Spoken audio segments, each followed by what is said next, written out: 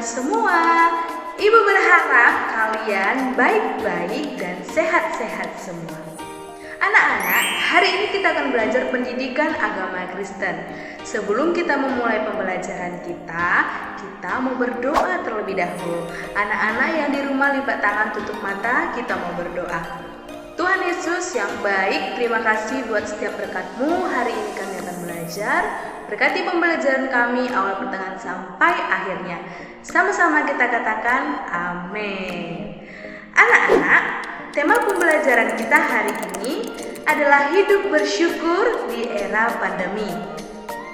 Anak-anak, kehadiran virus COVID-19 atau virus corona di tengah kehidupan kita saat ini membuat kita lebih banyak diam di rumah daripada keluar rumah. Karena di luar sana kita berpotensi tertular virus yang dapat mengakibatkan kematian anak-anak. Walau dibilang tidak sama anak-anak, tapi kondisi saat ini yang kita alami juga pernah dialami bangsa Israel di masa penjajahan Mesir anak-anak. Anak-anak, kedua, kisah ini bisa memberikan kita pelajaran bagaimana sebaiknya kita menghadapi kondisi pandemi ini dan mempersiapkan diri untuk hidup setelahnya. Anak-anak, coba kalian perhatikan di papan tulis kalian. Di situ ada pertanyaan, bagaimana orang Kristen menghadapi COVID-19?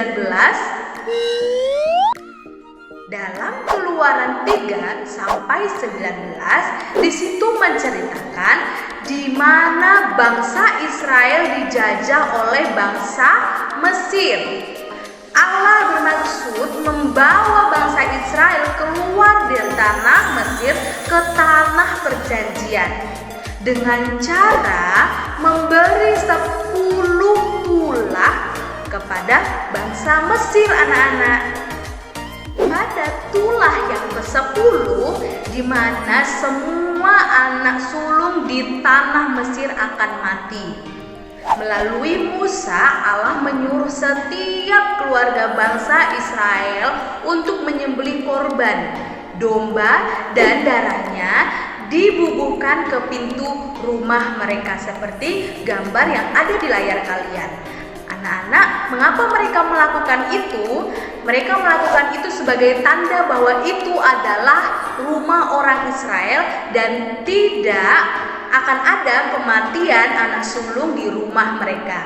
Anak-anak, mereka juga disuruh untuk tetap diam di rumah, jangan keluar rumah sepanjang malam. Harus makan daging dan roti tidak beragi di rumah mereka masing-masing. Anak-anak, bangsa Israel pun dengan tenang mengikuti perintah Allah dan akhirnya mereka selamat dan keluar dari tanah Mesir pada saat itu. Anak-anak, bangsa Israel pada saat itu dan kita pada saat ini menghadapi hal yang hampir sama, di mana harus tetap stay di rumah. Seperti saat ini anak-anak belajar juga kita melalui daring, harus tetap di rumah. Anak-anak, kalau kita bisa melihat bedanya bangsa Israel pada saat itu menuruti perintah Allah dengan tenang, sedangkan kebanyakan kita pada saat ini menghadapinya dengan takut dan khawatir anak-anak. Anak-anak, khawatir itu manusiawi. Tapi ketika kekhawatiran dan ketakutan itu berlebihan, itu akan membuat kita lupa untuk bersyukur dan bahkan memperburuk kondisi kita saat ini. Anak-anak, coba kalian lihat di layar kalian. Bersyukur itu apa sih? Nah, anak-anak, bersyukur itu berterima kasih. Berterima kasih kepada siapa? Berterima kasih kepada Tuhan. Nah, mungkin pada saat ini kalian bertanya, kenapa kita harus berterima kasih kepada Tuhan kalau saat ini kita sedang dilanda masalah COVID-19? Nah, anak-anak, Ibu mau kasih tahu bahwa bersyukur, berterima kasih kepada Tuhan itu bukan hanya dalam keadaan diri kita, hidup kita baik-baik saja, tapi dalam keadaan ada masalah, sakit, susah, bahkan masalah pandemi saat ini, kita harus tetap bersyukur kepada Tuhan kita. Karena dengan bersyukur, berserah kepada Tuhan, kita bisa melewati setiap masalah yang terjadi. Kekhawatiran dan ketakutan kita, anak-anak, Tuhan hanya mau kita saat ini tidak takut dan khawatir. Anak-anak, seperti yang Ibu sudah ceritakan, bangsa Israel bisa melewati semua masalah itu dengan tenang karena Tuhan berjanji untuk menyelamatkan mereka. Sama seperti kita, anak-anak, kita punya lebih dari itu, yaitu Yesus Kristus yang telah menjadi korban sempurna bagi kita, yang memberi keselamatan, menghapus dosa kita, dan membawa kita lebih dekat dengan Allah. Dengan kita percaya dan berharap kepada Tuhan, Tuhan akan memberi kita pertolongan dalam menghadapi pandemi ini, anak-anak. Bagaimana caranya kita bersyukur dalam masa pandemi seperti ini? Itu pertanyaan buat kita. Yang pertama, yaitu selalu berdoa. Berdoa adalah cara manusia berhubungan atau berkomunikasi kepada Tuhan. Dengan kita berdoa, menyerahkan kehidupan kita sepenuhnya kepada Tuhan, itu akan membuat pikiran kita semakin tenang dan damai, anak-anak. Yang kedua, yaitu beribadah memuji Tuhan. Memuji dan beribadah bukanlah harus ke gereja saja, tapi dimanapun kita memuji dan memuliakan Allah, Tuhan hadir di tengah-tengah kita, anak-anak.